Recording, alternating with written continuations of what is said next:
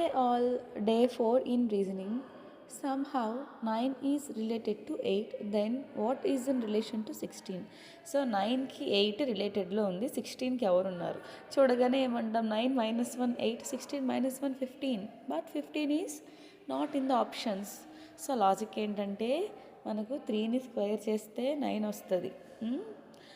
3 minus 1 అంటే ఎంత 2, 2ని క్యూబ్ చేస్తే 8, 9 8.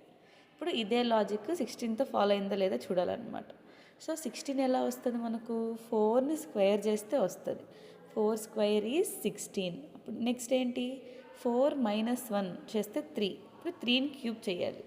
3 into 3 into 3, 3 3s are 9, 9 3s are 27. So 27 మన ఆప్షన్స్లో ఉంది కాబట్టి this will be the answer. So logic అర్థమైందా మీకు? ఇప్పుడు ఇంకో క్వశ్చన్ సాల్వ్ చేద్దాము. 6:18, దెన్ 4:1. సో 4కి రిలేషన్లో మనకు ఏమొస్తుందో కనుక్కోవాలన్నమాట.